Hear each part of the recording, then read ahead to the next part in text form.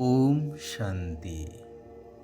ନିରାକାର ସୋମନାଥ ଭଗବାନଙ୍କର ସୋମରସ ପାନ କରୁଥିବା ସଚ୍ଚା ସଚ୍ଚା ଆତ୍ମିକ ସନ୍ତାନମାନଙ୍କୁ ଶୁଭ ସକାଳର ଶୁଭ ଅଭିନନ୍ଦନ, ସୁପ୍ରଭାତ, ସୁସ୍ୱାଗତମ୍। ସର୍ବଶକ୍ତିମାନ ଭଗବାନଙ୍କର ଛତ୍ରଛାୟା ତଳେ ରହିଲା ବାଲା ସର୍ବଦା ନିଜକୁ ଶକ୍ତିଶାଳୀ ଅନୁଭବ କରୁଥିବା କାରଣରୁ ନା ସେମାନଙ୍କର କାହାକୁ ଭୟ ଥାଏ, ନା ସେମାନେ କୌଣସି କ୍ଷେତ୍ରରେ ହାର ମାନିଥାନ୍ତି। କଥିତ ଅଛି, ଧର୍ମଯୁଦ୍ଧରେ ଭଗବାନ ପାଣ୍ଡବମାନଙ୍କ ପକ୍ଷରେ ଥିବା କାରଣରୁ ସେମାନଙ୍କର ସଂଖ୍ୟା ନଗଣ୍ୟ ହୋଇ ମଧ୍ୟ ବିଶାଳ କୌରବ ସେନା ଉପରେ ସେମାନେ ବିଜୟୀ ହୋଇଥିଲେ। ତେବେ ମୁଖ୍ୟ କଥା ହେଉଛି ନିଶ୍ଚୟତାର, କାରଣ ନିଶ୍ଚୟତା ହିଁ ମନରେ ଶକ୍ତି ସଞ୍ଚାର କରିଥାଏ।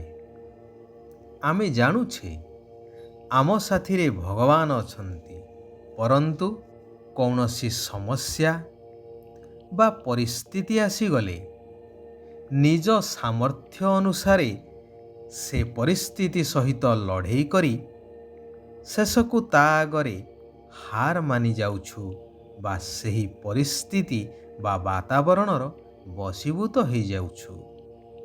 ନିଜକୁ ତା ଆଗରେ ସମର୍ପିତ କରିଦେଉଛୁ, କାରଣ ଆମର ସେହି ଦୃଢ଼ ନିଶ୍ଚୟତା ନାହିଁ ଯେ ସ୍ୱୟଂ ସର୍ବଶକ୍ତିମାନ ଭଗବାନ ଆମର ରକ୍ଷାକର୍ତ୍ତା ଅଟନ୍ତି।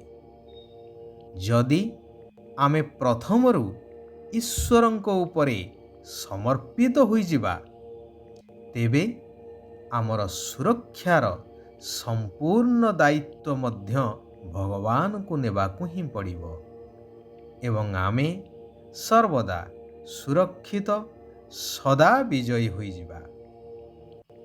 ଭଗବାନ କହୁଛନ୍ତି, ମଧୁର ଆତ୍ମିକ ସନ୍ତାନଗଣ, ନିଶ୍ଚୟ ରଖ, ଆମର ଯାହା କିଛି ଅଛି ସବୁ ଶିବ ବାବାଙ୍କର। ନିମିତ୍ତ ହୋଇ ଦାୟିତ୍ୱ ନିଅ, ତେବେ ସବୁ ପବିତ୍ର ହୋଇଯିବ। ତୁମର ପାଳନା ମଧ୍ୟ ଶିବ ବାବାଙ୍କର ଭଣ୍ଡାରରୁ ହେବ। ସେଥିପାଇଁ ମୋ ଉପରେ ସମ୍ପୂର୍ଣ୍ଣ ବଳି ଚଢ଼ିଯାଅ। ଭକ୍ତି ମାର୍ଗରେ କାଶୀ କଲବଟ ଖାଉଥିଲ ନା? ଏଠାରେ ଉଲ୍ଲେଖଯୋଗ୍ୟ କି କାଶୀ ବିଶ୍ୱନାଥରେ ଏକ ବିରାଟ କୂପ ଥିଲା, ଯାହାର ତଳେ ଶିବଲିଙ୍ଗ ରହିଥିଲା ଏବଂ ସମ୍ପୂର୍ଣ୍ଣ କୂପକୁ ଏପରି ଭାବରେ ଶାଣିତ ଖଡ୍ଗ ଦ୍ୱାରା ଆଚ୍ଛାଦିତ କରାଯାଇଥିଲା କି ମାଛି ପଡ଼ିଲେ ମଧ୍ୟ ନବଖଣ୍ଡ ହୋଇଯିବ ଭଳି।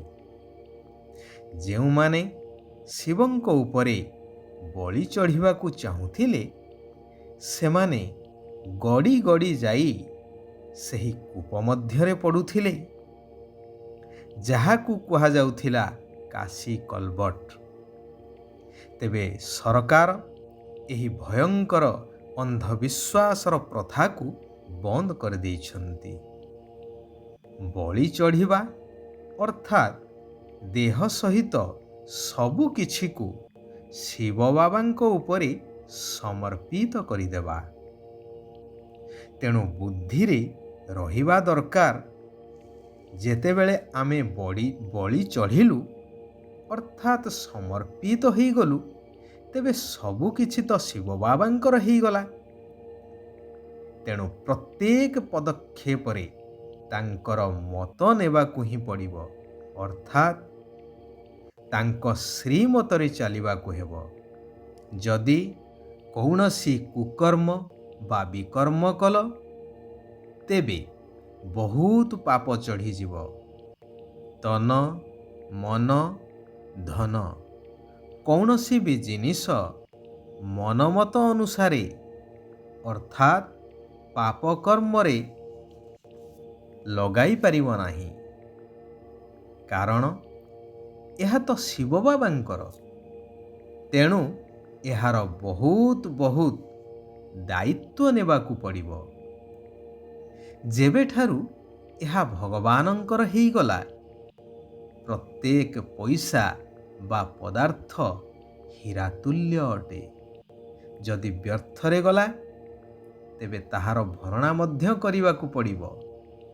କୁହାଯାଏ ନା, every action there is an equal and opposite reaction. ତେଣୁ କିଛି ବି ଯେପରି ବ୍ୟର୍ଥରେ ନ ଯାଉ, ସେଥିପ୍ରତି ବହୁତ ଯତ୍ନଶୀଳ ହେବା ଦରକାର। ବାବା କହୁଛନ୍ତି, ମୁଁ ତ ତୁମର କିଛି ନେଉନାହିଁ। ମୁଁ ତ ନିରାକାର, ମୋର ଶରୀର ନାହିଁ। ମୋର କ'ଣ ହେବ? ମୁଁ ତ ଦାତା, ତୁମମାନଙ୍କୁ ଦେବା ପାଇଁ ଆସିଛି। କିନ୍ତୁ ତୁମମାନଙ୍କ ପାଖରେ ଯାହା କିଛି ବି ଅଛି, ତାହାଦ୍ୱାରା ମନୁଷ୍ୟମାନଙ୍କୁ କଉଡ଼ିରୁ ହୀରାତୁଲ୍ୟ କରିବାର ସେବା କରିବା ଦରକାର, ବା ସେସବୁକୁ ଏହିଭଳି ସେବାରେ ଉପଯୋଗ କରିବା ଦରକାର। ଅର୍ଥାତ୍ ସାରା ପତିତ ସୃଷ୍ଟିକୁ ପବିତ୍ର ସ୍ୱର୍ଗରେ ପରିଣତ କରିବାର ସେବାରେ ଉପଯୋଗ କରିବା ଦରକାର। ତେବେ ତୁମେମାନେ ଏହାର ଅନେକ ଗୁଣା ମଧ୍ୟ ପ୍ରାପ୍ତିର ଅଧିକାରୀ ହୋଇ ଭବିଷ୍ୟ ସତ୍ୟଯୁଗୀ ସ୍ୱର୍ଗରାଜ୍ୟରେ ଉଚ୍ଚ ପଦର ଅଧିକାରୀ ହୋଇପାରିବ ଅନେକ ଜନ୍ମ ପର୍ଯ୍ୟନ୍ତ। ବର୍ତ୍ତମାନ ସମସ୍ତ ମାନବ ସମାଜ ଅଜ୍ଞାନ ଅନ୍ଧକାର ମଧ୍ୟରେ ଅଛନ୍ତି। ସମସ୍ତଙ୍କୁ ଜ୍ଞାନାଲୋକ ପ୍ରଦାନ ପୂର୍ବକ ସମସ୍ତଙ୍କର କଲ୍ୟାଣ କରିବା ଉଚିତ।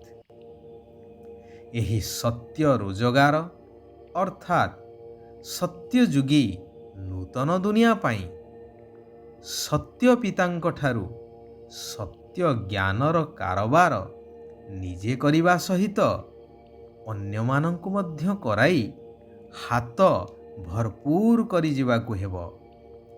ଏହାକୁ ହିଁ କୁହାଯାଏ ସଚ୍ଚା ସୌଦା କରିଲା ବାଲା ସଚ୍ଚା ବ୍ୟାପାରୀ।